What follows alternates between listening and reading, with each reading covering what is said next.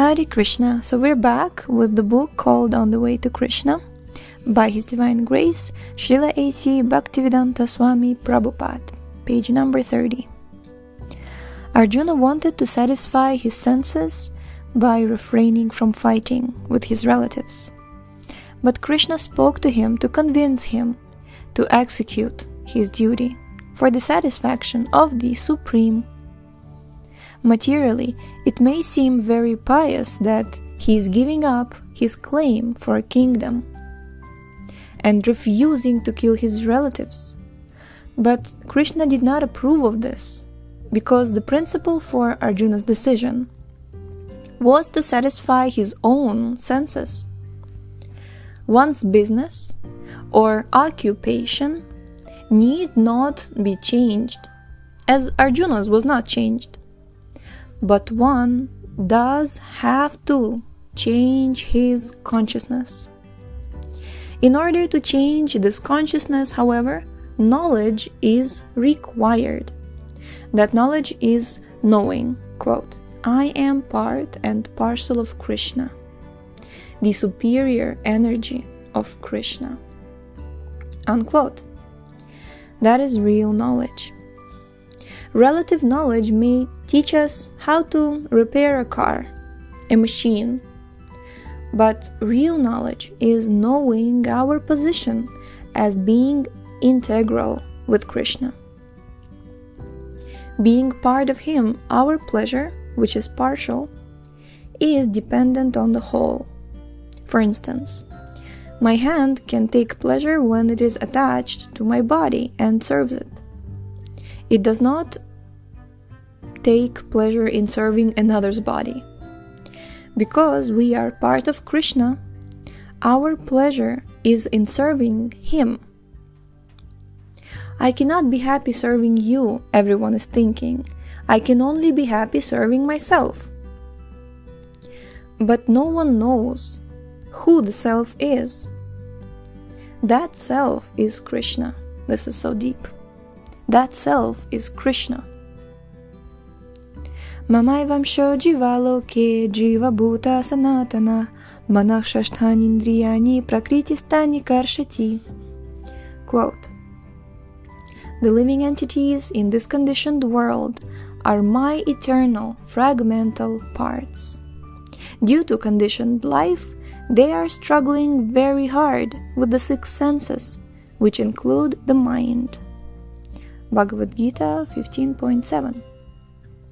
Unquote.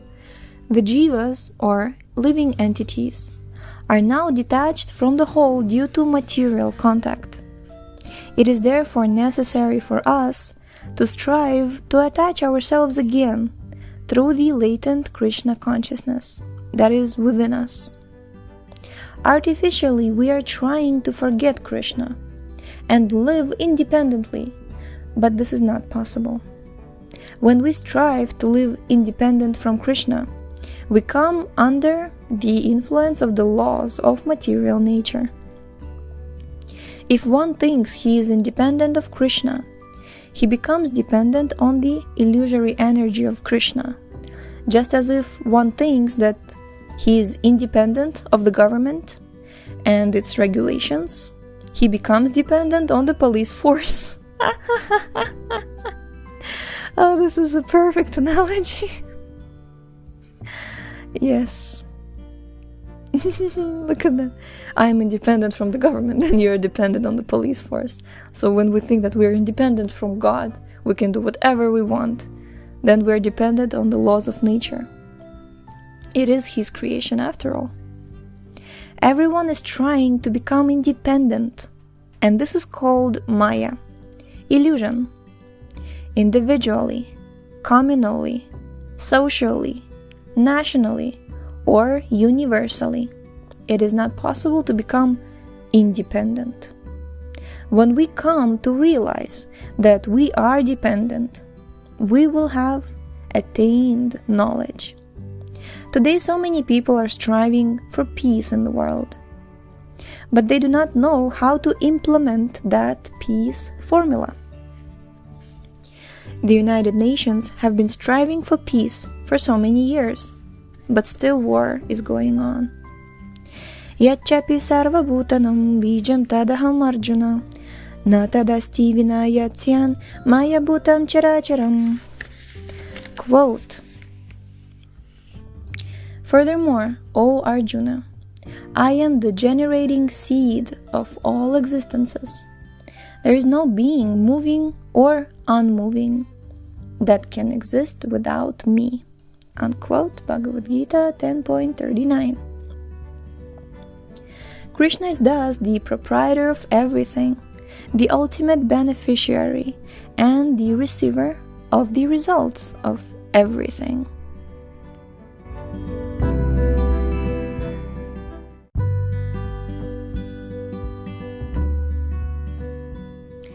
We may consider ourselves to be the proprietors of the fruits of our labor. But this is a misconception. We must come to understand that Krishna is the ultimate proprietor of the fruits of all our works. Hundreds of people may be working in an office, but they understand that whatever profit the business makes belongs to the proprietor.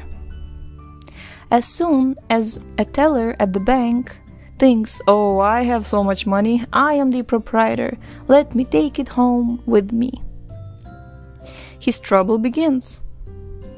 If we think that we can use whatever wealth we have amassed for our own sense gratification, we are acting out of kama, lust. But if we come to understand that everything we have belongs to Krishna, we are liberated. We may have the same money in our hands, but as soon as we think that we are the proprietor, we are under the influence of illusion, Maya. One who is situated in the consciousness that everything belongs to Krishna is an actual learned man. Ishavasyam idam sarvam yatkincha jagatyam jagat tena tyaktena bhunjitaha magridah kasya svidhanam. Quote, everything animate or inanimate that is within the universe is controlled and owned by the Lord. One should therefore accept only those things which are necessary for himself, which are set aside as his quota. But one must not accept other things, knowing well to whom they belong. Unquote, Shri Ishopanishad Mantra 1. We have already read Shri Ishopanishad. This was the previous book, right? No, before that. This consciousness is Ishavasya. Quote, everything belongs to Krishna, unquote, must be revived, not only individually, but nationally and universally. Then there will be peace.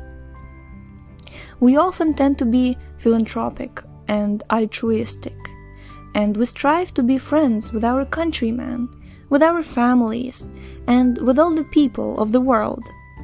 But this is based on a wrong conception. The real friend is Krishna. And if we want to benefit our family, nation, or planet, we will work for him. If we have our family's welfare in mind, we will try to make all members Krishna conscious. There are so many men trying to benefit their families, but unfortunately they do not succeed. They do not know what the real problem is. As the Bhagavatam says, one should not attempt to become a father or mother or teacher unless he is able to save his children from death, from the grip of material nature. This is so important, isn't it? Like being a father, being a mother, or teacher, it's a big responsibility, according to Bhagavatam. The father should be in knowledge of Krishna, and he should be determined that the innocent children who are entrusted to him will not have to undergo the cycle of birth and death again. He should be resolved to train his children in such a way that they will no longer have to be subjected to the painful cycle of birth and death. But before one can do this, he has to make himself expert.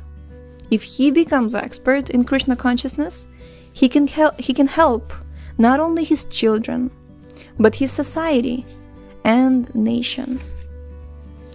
But if he himself is bound by ignorance, how can he untie others who are similarly bound? Before one can make others free, he must be free himself. Actually, no one is a free man, for everyone is under the spell of material nature. But one who is surrendered to Krishna cannot be touched by Maya. He of all men is free. If one places himself in sunlight, there's no question of darkness. But if one places himself in artificial light, it may flicker and go out. Krishna is just like sunlight. Where he is present, there is no question of darkness and ignorance. The wise men, the Mahatmas, understand this. Aham sarvasya prabhavo mattah sarvam pravartate iti matva bhajante imam buddha bhava samanvitaha. Quote, I am the source of all spiritual and material worlds.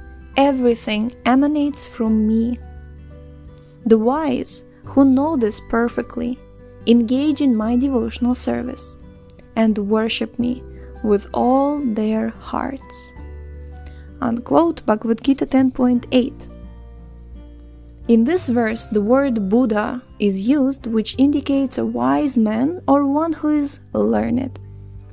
What is his symptom? And we will find out about the symptoms of a learned man and great soul tomorrow. Thank you so much for tuning in today. The link to this book is in the description. And we shall see you next time. Hare Krishna.